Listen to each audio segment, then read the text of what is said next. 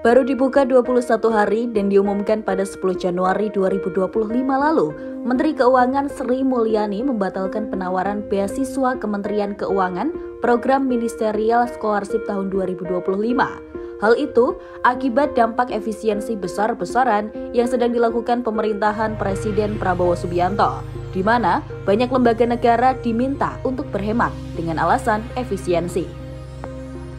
Pembatalan program Ministerial Scholarship tahun 2025 Kemenku ini diumumkan secara resmi melalui surat pengumuman nomor PENG-14/PP.2/2025 tentang pembatalan penawaran beasiswa Kementerian Keuangan Program Ministerial Scholarship tahun 2025 yang diterbitkan pada 31 Januari 2025.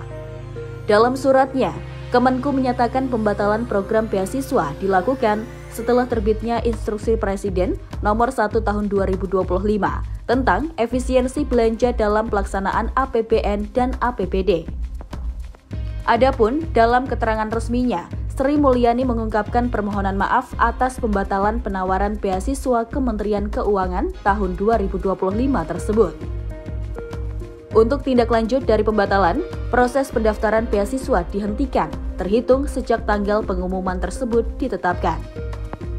Diketahui sebelumnya, Prabowo Subianto memangkas APBN 2025 sebanyak 306,69 triliun yang diatur dalam Instruksi Presiden atau Inpres Nomor 1 Tahun 2025 dan ditandatangani pada 22 Januari 2025. Presiden memberikan arahan kepada para Menteri Kabinet Merah Putih, Panglima Tentara Nasional Indonesia, Kepala Kepolisian Negara Republik Indonesia, Jaksa Agung Republik Indonesia, Kepala Lembaga Pemerintahan Non-Kementerian, Pimpinan Kesekretariatan Lembaga Negara, Gubernur, serta Bupati dan Wali Kota untuk meninjau ulang penggunaan anggaran secara efisien.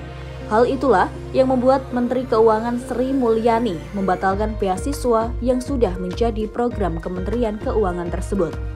Dilansir dari laman resmi Kemenku, bahwa Ministerial Scholarship adalah program beasiswa bagi kader pemimpin atau talenta terbaik Kemenku untuk melanjutkan pendidikan pasca sarjana di luar negeri.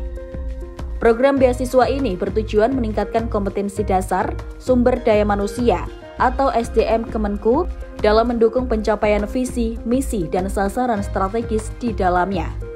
Namun di tahun 2025, belum sampai masa pendaftaran berakhir, Sri Mulyani memutuskan program beasiswa ini resmi dibatalkan untuk efisiensi anggaran. Kiprah Sri Mulyani dalam memimpin sudah dikenal sejak dulu. Perempuan kelahiran Tanjung Karang, Lampung 26 Agustus 1962 ini dikenal memiliki kecerdasan di atas rata-rata. Hal itulah yang membuat Sri Mulyani Indrawati juga mendapatkan pengakuan dunia. Ia menjadi wanita pertama yang menjadi Menteri Keuangan Indonesia dan sekaligus sebagai orang Asia pertama yang menduduki jabatan Direktur Pelaksana Bank Dunia. Sri Mulyani adalah anak ketujuh dari 10 bersaudara oleh pasangan Profesor Satmoko dan Profesor Dr. Retno Sriningsih Satmoko. Orang tua Sri Mulyani adalah guru besar IKIP Semarang yang kini namanya menjadi Universitas Negeri Semarang. Ia mengenyam pendidikan dasar dan menengah pertama di kota kelahirannya, tepatnya di SMP Negeri 2 Bandar Lampung. Kemudian melanjutkan sekolahnya ke SMA Negeri 3 Semarang. Kemudian ia melanjutkan kuliah di Fakultas Ekonomi Universitas Indonesia dan lulus pada tahun 1986. 2 tahun kemudian, ia melanjutkan pendidikan S2 dan S3 di Amerika Serikat, yakni di University of Illinois Urbana dengan gelar Master of Science of Policy Economic 1990 dan PhD of Economic 1992. Hidup di keluarga yang menjunjung tinggi nilai pendidikan, Sri Mulyani Indrawati bersama ke-9 saudaranya merupakan orang-orang yang berprestasi. Tidak heran latar belakang tersebut membuat Sri Mulyani hingga kini menduduki jabatan tertinggi di beberapa instansi. Sri Mulyani pernah menjadi bagian dari Research Associate, Wakil Kepala Pendidikan, dan Wakil Kepala Bidang Penelitian di FEUI. Karirnya di UI semakin menanjak. Pada Juni 1998, ia dilantik menjadi Kepala Lembaga Penyelidikan Ekonomi dan Masyarakat Fakultas Ekonomi Universitas Indonesia atau LPEM FEUI. Namanya sering eksis karena ia sering tampil di berbagai seminar dan media massa. Analisisnya kritis, tajam, lugas, dan jernih, mengantarkannya menjadi penasihat pemerintah bersama pakar ekonomi lain dalam Dewan Ekonomi Nasional atau DEN pada era pemerintahan Presiden keempat Abdurrahman Wahid alias Gus Dur.